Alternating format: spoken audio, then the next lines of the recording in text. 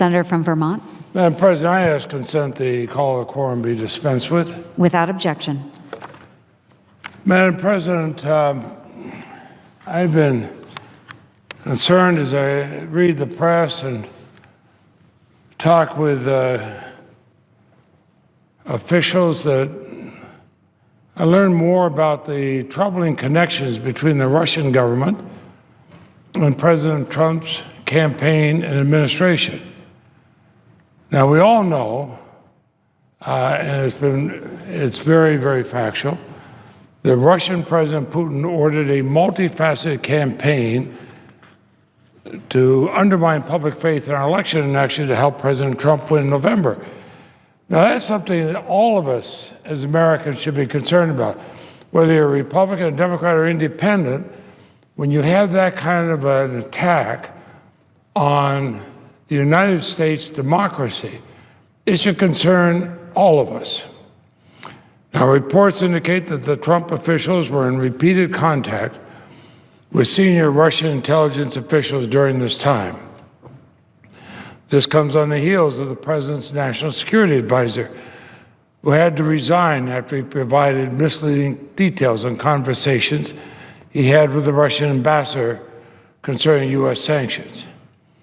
But there's a lot we still don't know, including the extent of the contacts, who directed them, whether people who at one point or another left the Trump campaign were involved, whether there was collusion, and of course the obvious question, what did the president know and when did he know it?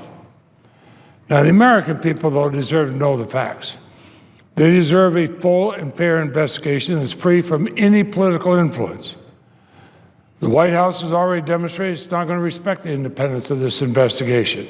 The fact that the White House Chief of Staff attempted to use the FBI in violation of Justice Department policies to suppress news report about Russian contacts reveals why we really can't trust the White House to play by the rules. And of course, the rules are very, very clear. For these reasons, I've called on Attorney General Sessions to step aside on this issue, to appoint a special counsel to conduct an independent investigation. Now, that's not an attack on Attorney General Sessions. I've known him for 30 years. I just want to make sure that we do not have these continuing questions of what did the president know and when did he know it. But even a cursory review of the Justice Department's recusal standards reveals that the Attorney General does not, indeed cannot, have the independence necessary to assure wary Americans that this investigation will be driven by the facts, not by relationships. Certainly those who have served as prosecutors, Attorney General Sessions has, I have. We know that there are times when the prosecutor has to step aside and let somebody else do it just so that everybody can be confident in the investigation. In fact, the Justice Department regulations mandate that, quote, no employee shall participate in a criminal investigation or prosecution if he has a personal or political relationship with any person or organization substantially involved in the conduct that is the subject of the investigation. And of course, a political relationship is defined, quote, as a close identification with an elected official arising from service as a principal advisor thereto, close quote. Now, prior to his confirmation, when we were holding the confirmation hearings on then Senator Jefferson Sessions, I asked him whether he met this standard. It's not really a close call. The rule perfectly describes the relationships between Attorney General Sessions and President Trump. But he brushed the question off. He claimed he was, quote, merely a supporter of the president's during the campaign, close quote. Well, that's an obvious mischaracterization of the role he played as top advisor to the Trump campaign. The Attorney General, then Senator Sessions, was widely recognized as a central figure in the campaign. He had his fingerprints all over the president's policy. In fact, one of the president's top advisors, Steve Bannon, called him the president's, quote, clearinghouse for policy and philosophy, close quote. That's a pretty close connection. In fact, it's hard to think of anything closer.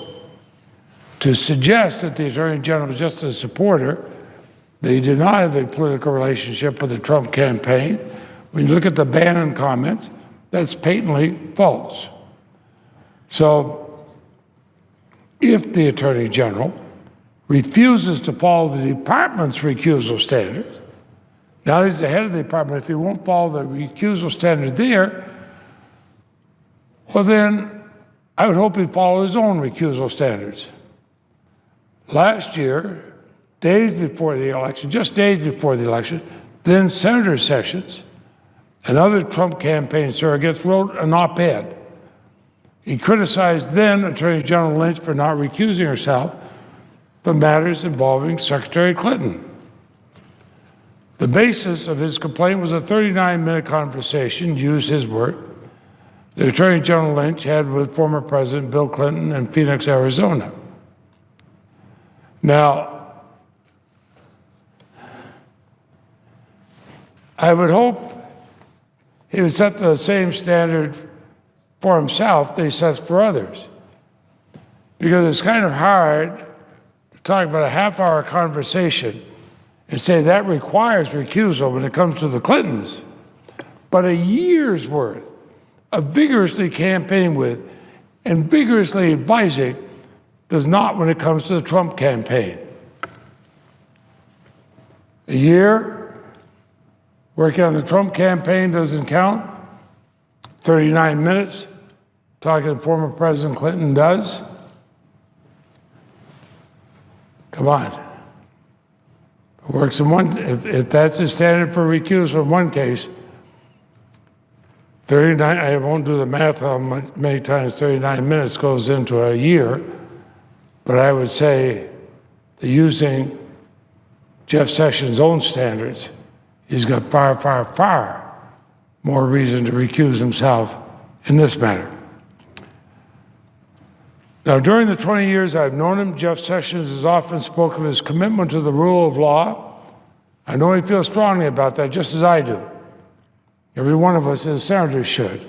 Certainly every one of us who've had the privilege to be prosecutors should have a commitment to the rule of law. Well, tell Attorney General Sessions that commitment is now being tested. Whether we apply the Justice Department's recusal standard, which is very, very, very clear, or use the Jeff Sessions 39-minute recusal standard, it's clear that Attorney General Sessions must step aside. In fact, nothing less than the integrity of our democracy is at stake with this investigation. And I don't say that lightly, Madam President. Nothing less than the integrity of our democracy is at stake with this investigation. What did everybody know? When did they know it? It's essential the investigation be led by someone who, in both appearance and reality, is impartial, removed from politics.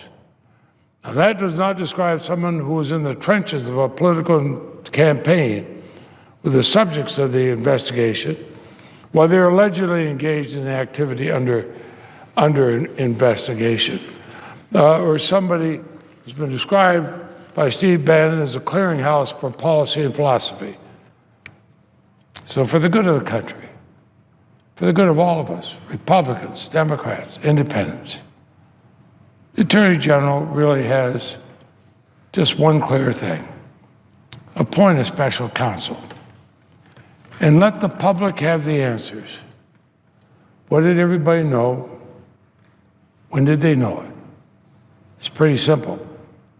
I know the people in Vermont, and I suspect the people throughout the country, would like to have those answers. It goes to the bedrock of our democracy. And in my 42 years here, I've never seen anything that has concerned me so much as another country, a country that does not have the best interests of the United States at heart, another country trying to interfere in our elections, another country trying to determine what the United States does. As I said, a country that does not have the United States' best interests at heart, but a country that wants to manipulate the United States. This United States Senator, in the time that I have in office, will continue to speak out against it. Madam President, I yield for a question.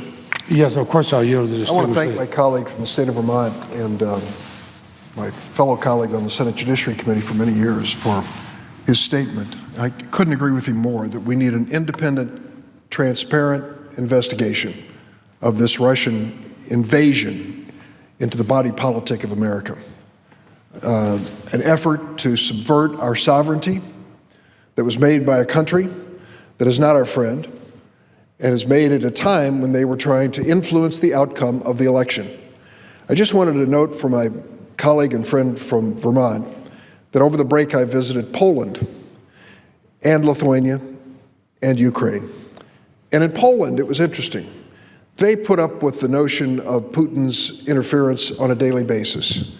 The most frightening prospect is, of course, the movement of military forces, which we hope never occurs, but they look as a very real threat. But they have what they call the hybrid war. They said it isn't just the military. It's also his cyber attacks on our country, and it's also his propaganda on our country. And one of the Polish leaders asked me a question. We've been wondering, Senator, if the United States is not willing to confront Russia with its invasion of your sovereignty in your presidential election, will you be willing to stand up for your NATO allies? If there's an effort at aggression by Putin, will you be willing to stand up against Russia in those times? I think that's a legitimate issue. If we don't take what you have raised very seriously about putting independence into the investigation of this matter, and we don't do it with dispatch, shame on us. But it also is going to say to the world that we did not respond in a positive and forceful way when it came to this aggression against the United States. Well, Madam President, if I might respond to my good friend from Illinois, the senior senator from Illinois. He's been a friend and colleague for decades. Our Judiciary Committee, the whole Senate, benefited from his knowledge. This is a very chilling thing, Madam President, that the leader of Poland said to the distinguished senator. He knows from his own family ancestors how bad an area can be if it's under the domination of something like the then Soviet Union, now Russia. But he also knows from his own experience as an American how important it is that we have the freedoms we have. I was privileged, along with my wife Marcelle and several other senators, Senator Cochran and Senator Udall, Senator Bennett, and Congressman McGovern, to visit Cuba and have long discussions with people who would like to see real democracy come. And then going to Colombia, where they have fought for over 50 years a terrible internal war, civil war, with countless deaths and atrocities, and to see how they're trying to bring back the rule of law and the rule of democracy. And we can sit there, and it is so easy for us who grew up in an area where we believe in our democracy, we believe in our voices being heard. Sometimes we win elections, sometimes we lose them, but we believe in the fairness of it. It was so easy to sit there and think, yeah, but we do it right. This makes me wonder, can we continue to say that? Can we be the beacon to the rest of the world? Can we say, do as the United States does? Because we're open, we're transparent, we're honest. Well, this has not been open, transparent, or honest. Let's make it so. Let's not let it drag on. Let's go to it now so people can then start debating issues. I would expect there will be areas where I'll agree with the new administration. There are areas I'll disagree with the new administration. But I want to know I'm agreeing or disagreeing with an American administration not with Vladimir Putin's administration. So I'm moved, as I always am, by what my friend from Illinois says, Madam President. I hope the rest of the country listens, because we are supposed to be the example. We pride ourselves in being the example. We are the oldest existing democracy in the world. Let's not do anything. Let's not do anything. Come back at it. Senator. I suggest the absolute.